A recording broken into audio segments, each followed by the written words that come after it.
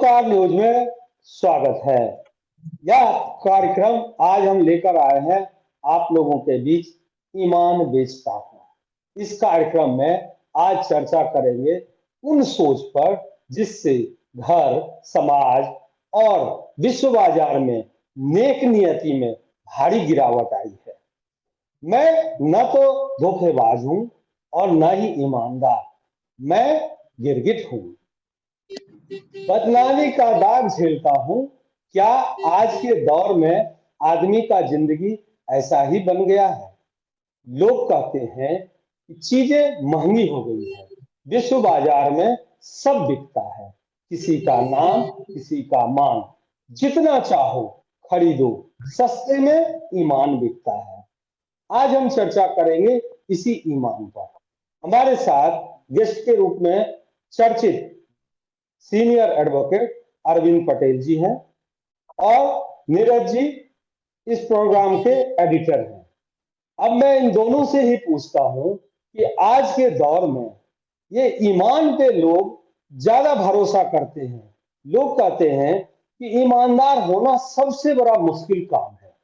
जीवन में लोग कहते हैं कि मैं सबसे बड़ा ईमानदार हूं, मतलब अपनी मैं पर ज्यादा लोग टिके हुए हैं और दूसरे को झूठ साबित करने में अपनी जिंदगी खपा देते हैं।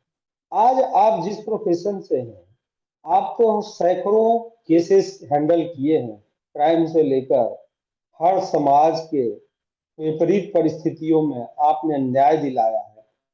आप बताएं कि इस ईमानदारी के दौर में कौन छूट जाता है और कौन ईमानदारी को पकड़े रहता है? देखिए, आज की तारीख में सबसे बड़ी जो समाज की हालत है कि समाज आज जो हमारी पुरानी व्यवस्था थी, जिस पे नींव पड़ी थी, उसको हम लोग सभी लोग भूल चुके हैं। सारी व्यवस्थाओं को भूलकर आज की जो दौर है जिंदगी में आगे बढ़ने की, उसमें सभी लोग भौतिक वस्तुओं की पाने के चक्कर में सारी व्यवस्थाओं को भूलकर आज हम पहले की अगर इतिहास को देखते हैं तो चाणक्य नीति या गीता को आप उपदेश को देखते हैं तो उस समय भी थोड़ी सी डाइवर्सन थी। इसलिए थी कि लोग अपने अगर चाणक्य नीति को देखते हैं तो वहां पे अपनी राज्य की व्यवस्था को बनाए रखने के लिए अगर कोई बातें होती थी उसमें पर्सनल नहीं थी, लेकिन राज्य के लिए कुछ भी किया जा सकता था। गीता में भी यही कहा गया है कि श्री कृष्ण ने भी यही बात बोले हैं। लेकिन आज की जो परिवेश है इसमें ना कोई पति पत्नी रह चुका है। खास करके भारत की नहीं बल्कि पूरी विश्व की जितनी भी सिटी है वहां किसी पे किसी का विश्वास नहीं है। इसका सिर्फ सबसे बड़ी अगर कारण है वो है भौतिक वस्तुओं की प्राप्ति के लिए हर एक इंसान अपने आप को उसमें झोंक दिया है कि हम एक दूसरे से आगे बढ़ने में कि मैं ही आगे बढ़ूं, जिसके कारण आज ईमान की जो बातें हैं वो कहीं न कहीं पीछे छूटकर रह गई। नैतिकता गिरी है। अरविंद बाबू का कहना है कि नैतिकता गिरी है महानगरों में। क्या नीरज जी आप इस चीज को ज्यादा महसूस कर रहे होंगे? महानगरों में क्या इसकी अस्तित्व खतरे में है? नैतिकता पर लोग चलने में असमर्थ हैं? नैतिकता बाकी में अरविंद जी ने जो कहा बिल्कुल सच कहा कि हम चीजों को जो बदलता हुआ देख रहे हैं। जैसे कि नॉर्मल हम देखते हैं कि पड़ोसी ने ये चीज ले ली तो हमारी भी कोशिश होती है कि भाई हम भी ये चीज ले लें। अब मालूम चलता है कि पड़ोसी का तो सैलरी ज्यादा है लेकिन अपना नहीं है, तो कहीं ना कहीं अगर हमारा उतना नहीं है तो हम क्या करेंगे, हम रास्ते बदल देंगे। अब उस रास्ते बदलने में आप अपनी नैतिकता को तो दांव पे लगाते हैं और आप चालू हो जाते हैं करप्शन के धंधे में। तो करप्शन कहीं ना कहीं इस वजह से भी बढ़ता है। दूसरा मैं कहूं तो घर के हालात हर किसी के आजकल ऐसे हैं कि स्कूल की फीस बहुत हो चुकी है, आप कहीं आ जा सकते हैं तो बहुत कुछ महंगाई बढ़ चुकी है। तो व्यक्ति कहीं ना कहीं एक दूसरा रास्ता अपनाना चालू कर देता है कि मैं दूसरी तरफ से मुझे पैसा मिले जिससे कि मैं अपनी भरपाई पूरी कर सकूं। लेकिन यहाँ पे मैं कहूं तो आम आदमी है, उसको इतना नहीं मिल रहा है। लेकिन हाँ, जो बड़े लेवल पे लोग बैठे हुए हैं वो डेफिनेटली कमाई कर रहे हैं, उनको पैसा है जितना मिलता है, लेकिन वही है कि किसी का पेट नहीं भरता, चाहे कितना भी पैसा कमा लो, उसको ऐसा लगता है कि हाँ, उसके पास अभी भी बहुत कुछ आना बाकी है। नीरज जी, आप तो बात कर रहे हैं, नैतिकता की दुहाई, हाँ हाँ, जी, आप बात कर रहे हैं अंडर टेबल की। आज भी बड़े बड़े अधिकारी यह कहने में जरा भी संकोच नहीं करते हैं कि मेरा तो घर अंडर टेबल से चलता है, सैलरी तो मैं छूता भी नहीं। तो इसको आप अरविंद बाबू किस तरह से नजरिया को बदलेंगे, सोच को बदलना है। देखिए, सोच ही हमारे सबसे बड़ा मूल में है कि जब हम ये सोच लेते हैं कि हमको ये हासिल करना है और उसके लिए हम प्रयासरत हो जाते हैं और बड़े शान से कहते हैं कि हमारा तो अंडर टेबल से ही काम चलता है, हम तो सैलरी छूते ही नहीं। जी अरविंद बाबू। देखिए, सोच को बदलने के लिए सबसे पहला लोग अपने कर्तव्य को समझने का कोशिश करें। कर्तव्य क्या है? जब तक कि लोग कर्तव्य को नहीं समझेंगे, अपनी कर्तव्य को जिस दिन समझने के लिए लोग अपने आप को आगे कर दिए, उसी दिन हर एक समस्या का समाधान हो जाती है। लेकिन आज की जो भौतिकवादी व्यवस्था जो बन गई है, इस व्यवस्था में यह दूर दूर तक भविष्य में नजर नहीं आ रही है कि ये सिमटती सॉल्व होने की चीज है। ये भौतिक व्यवस्था में ये बढ़ती जा रही है, कम होने की जगह और बढ़ती फैलती जा रही है। नीरज जी, ग्लोबलाइजेशन में भौतिक व्यवस्था में सुविधाएं बढ़ी है। जैसे आपको याद होगा, जब हमें कोई रिसर्च करना होता था तो हम बड़ी बड़ी लाइब्रेरी में जाते थे, इंडियन एक्सप्रेस लाइब्रेरी हो या टाइम्स ऑफ इंडिया का लाइब्रेरी हो या अपना आर्काइव में बहुत सारी फाइलें उलट पलट कर हम बजट का तैयारी करते थे। आज हमारी जो सुविधा है वो 1 मिनट में हम किसी भी तरह से इकट्ठा कर लेते हैं जानकारी को। तो भौतिकवाद में बहुत सारी चीजें तो हमारे सुविधाजनक के लिए भी हुआ है और बहुत सारी चीजें हमारी विकृतियां भी लाई है। तो अब आप ग्लोबलाइजेशन के इस आज जमाने में किस तरह इसको दर्शाना चाहेंगे नीरज जी? आइए। आज जो बच्चे हैं आज की डेट में, वो इंटरनेट का यूज किस तरीके से कर रहे हैं? या तो वो ज्यादातर गेम खेलते हैं, या ज्यादातर कुछ और देखते हैं। बड़े लोग हैं तो डेफिनेटली वो कुछ और साइट से बिजी रहते हैं। इंटरनेट का सही मायने में हम कितना यूज करते हैं?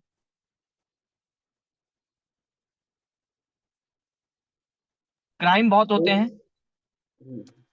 है ना? साइबर क्राइम भी आप देख रहे होंगे, बहुत सारा कुछ होता है। तो कहीं ना कहीं एक होता है कि यूटिलाइज करना सही चीज को, और मिसयूज करना, दोनों चीजें हैं। तो कहीं ना कहीं एक होता ना कि मेरे पास भी गाड़ी हो, ठीक है, मेरे पास गाड़ी नहीं है, अब मैं कैसे कमाऊं? साइबर क्राइम करता हूं, जैसे नॉर्मली आजकल हो रहा है साइबर क्राइम।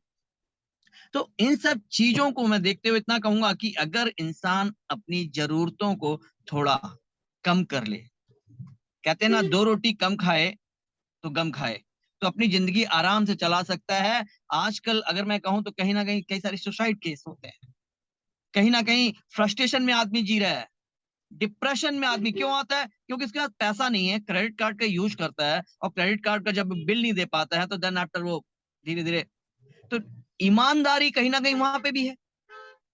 बैंक है अपना गेम खेलती हैं, ऑफिसर्स हैं अपना गेम खेल रहे हैं, न्यायालय जो है वो अपना गेम खेल रहा है। हर व्यक्ति कहीं ना कहीं करप्शन में जुड़ा हुआ है।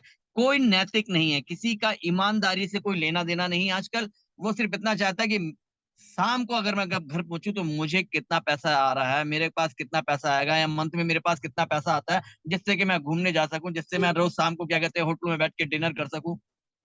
तो कहीं ना कहीं हम भटक रहे हैं। कर्तव्य जो हमारा है, हम अपने कर्तव्य पथ पे नहीं चल रहे। वकील साहब, आपसे जानना चाहेंगे, कर्तव्य की बात बार बार दोहरा रहे हैं, आप भी ने कहा और नीरज जी ने भी कहा, कर्तव्य क्या सिर्फ लोग शब्द बनकर रह गया है? और कर्तव्य का पालन कैसे समाज से उठकर लोगों को क्या उसका जागरूक करना चाहिए कि भाई अपने कर्तव्य निष्ठ बनो? जैसे कि अब आप मानिए कि कोर्ट में लोग जब थक जाता है पुलिस प्रशासन से, समाज से कोई बोलने वाला नहीं है कि तुम्हारा अधिकार क्या है, सही और गलत का निर्णय नहीं करने वाला, पुलिस प्रशासन से थक जाते हैं लोग चक्कर लगा लगा, तब वो कोर्ट पहुंचते हैं। और कोर्ट में भी एक छोटी सी न्याय प्रक्रिया, अगर कोई एक चोरी कर लिया या किसी का पैसा गबन कर गया, उसकी न्याय प्रक्रिया में 5 साल 10 साल लग जाते हैं।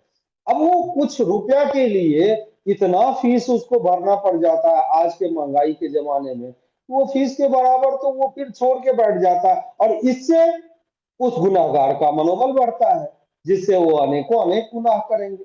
तो इसको आप जरा सा दर्शाएं कि कैसे आदमी इस। देखिए, सबसे पहली जो हमारी समस्या ये है कि हम पॉजिटिव जो थिंकिंग है उससे हट चुके हैं। सबसे बड़ा कमी है पॉजिटिव थिंकिंग का। पॉजिटिव थिंकिंग जिस समय हमारे समाज में अगर डेवलप हो जाए पूरी, तो ये सारी समस्याओं का हल पॉजिटिव थिंकिंग से दूर की जा सकती है।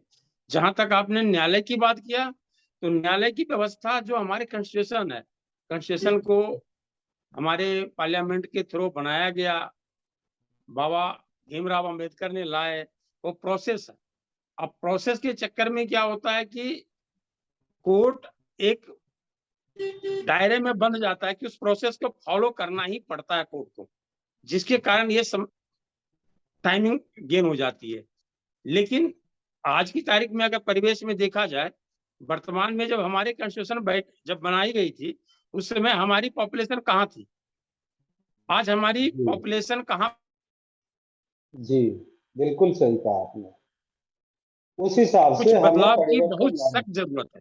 जी बिल्कुल सही कहा आपने, बदलाव की यानी अरविंद जरूरत जी, है। एक तो यहाँ पे अगर मैं बात करूं तो न्यायालय न्यायालय का जो एक, आप तो डेफिनेटली उस जगह हैं, न्यायालय की जो व्यवस्था है, जो केस हैं, इतने सारे पेंडिंग केस होते हैं, आए दिन केस बढ़ते हैं, आए दिन लोगों पे क्या कहते हैं जबरदस्ती केस थोप दिए जाते हैं और उनका कोई मतलब नहीं है। मैं बताऊं, मैं तिहाड़ जेल गया था, तिहाड़ जेल में सबसे ज्यादा जो है ना, जो केसेस मुझे नजर आए वो थे रेप के केसेस। और उसमें भी क्या था कि कई सारे ऐसे केसेस थे जहां पे उन लोगों ने कुछ किया भी नहीं है, लेकिन उनको उस केस में अंदर डाला हुआ है और उनकी कोई क्या कहते हैं, जो कहते हैं डेट्स भी नहीं आती है, होता विचाराधीन कैदी 2-2 3-3 साल निकल जाते हैं उन लोगों के।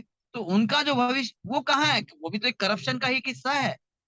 हम सही जांच पे जाते ही नहीं है, तो कहीं ना कहीं न्यायालय इन सब में दोषी है, क्योंकि वो कुछ जानता नहीं है, उनको पैसा मिल जाता है, खिला दिया जाता है पैसा, जो बेचारा दोषी नहीं है वो दोषी करार दिया जाता है और जो दोषी है उसे बरी कर दिया जाता है। नीरज ये जी, आपने बिल्कुल सही बात बताया। लेकिन इसमें न्यायालय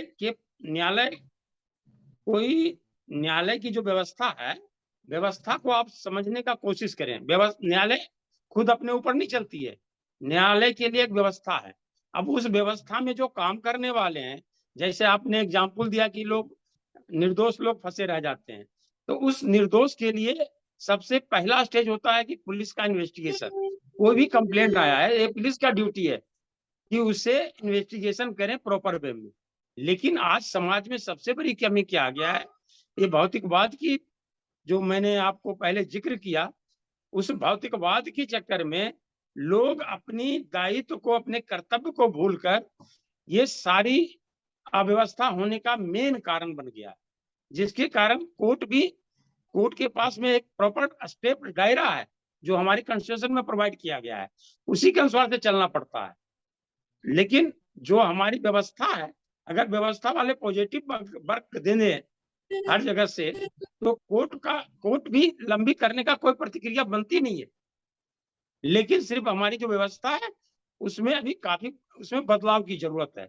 ये आपने सही बोला, कई व्यवस्था, निर्दोष लोग बंद हैं, इसलिए आपका कभी जो कभी। व्यवस्था है, न्यायपालिका कार्यपालिका, अगर ये दो चीजें सुधर जाएं, दोनों पे करप्शन पे जिसे कहते हैं हम एक लगाम लगा सके, तो बहुत सारी चीजें अपने आप सुधर सकती हैं। नीरज जी, आपने सही कहे, करप्शन तो सबसे बड़ा दिमक हो चुका है जो समाज को खाया जा रहा है। जैसे दिमक किसी पेड़ में लगता है, खत्म कर देता है ना, समाज को खत्म करने में ये करप्शन बहुत बड़ा काम कर रहा है। लेकिन जहां तक जुडिशरी की बात है और कार्यपालिका की बात है, तो कार्यपालिका को अपने कर्तव्य को निभाना चाहिए और न्यायपालिका को अपनी कर्तव्य को। लेकिन यहाँ कुछ न कुछ तो अभाव महसूस होने लगा है। अब उसमें सबसे बड़ा जो रोल है वो है आपका एग्जीक्यूटिव का, जो आपने जब तक कि कर्तव्य को प्रॉपर वे में नहीं लाएंगे, कोर्ट न्यायालय क्या है? न्यायालय एक साबूत और साक्ष्य के ऊपर चलती है। न्यायालय कोई बिल्कुल, जैसे कि गॉड कल नहीं मैं है। एक बात कर रहा था कि बड़ा कि लालू जी ने जब क्या कहते हैं चारागाह विद्यालय का बनाया कि चारागाह में स्कूल खुलेंगे और 1 रुपया हर लड़के को मिलेगा और वहां पे क्या कहते हैं सबको चारा पहुंचेगा, वो एक बहुत बड़ा चारा घोटाला बन गया। तो ये जो सिस्टम है ना हमारा हमारा जो समाज है और समाज में जो ऑफिसर्स हैं, ये कहीं ना कहीं इस सब में लिप्त है। मैं बताऊं, कड़ियां हैं।